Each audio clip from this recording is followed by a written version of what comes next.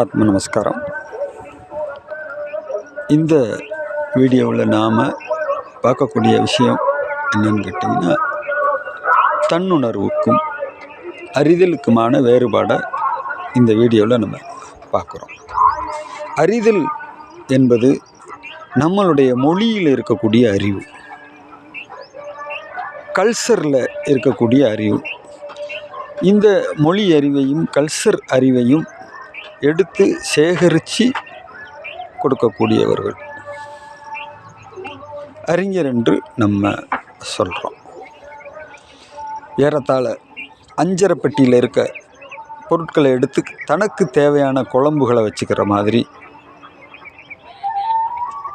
இன்னொரு விமர்சனம் கூட நம்ம வைக்கலாம்.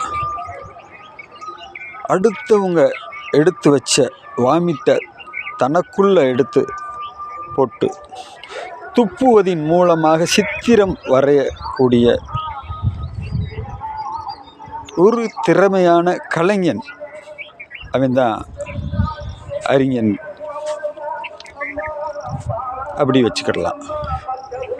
ஆனால் சுவாமி சிவானந்த பரமேஸ்வரோ, மாணிக்க வாசகரோ, வள்ளல் பெருமானோ இந்த லிஸ்ட்டில் வரமாட்டாங்க. அவங்க தன்னுடைய மத்தகத்தின் மூலமாக, தவத்தின் மூலமாக, அந்த சுத்த அறிவு மூலமாக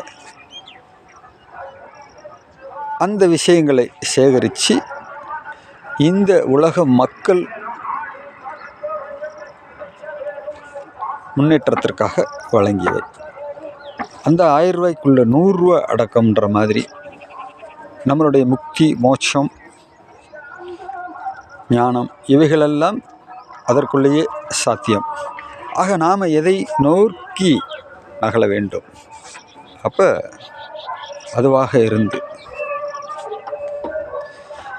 இருந்து நாம் வாழும்போது இந்த விஷயங்களெல்லாம் சாதாரண சாத்தியங்களாக நம்மளுக்கு சாத்தியப்படுது அப்படின்ற ஒரு புரிதலை நம்ம மைண்டில் வச்சு, அதுவாக இருந்ததன்னே இருந்தபடி இருந்து காட்டு இந்த வேடில் இருக்கிற விஷயங்களை உள்வாங்கி நம்மளுடைய அந்த ராக துவேஷங்களை எல்லாத்தையும் விலக்கி வச்சு தானாய் இருந்து வாழும்போது இவைகள் ரொம்ப எளிதாக சாத்தியப்படுகிறது.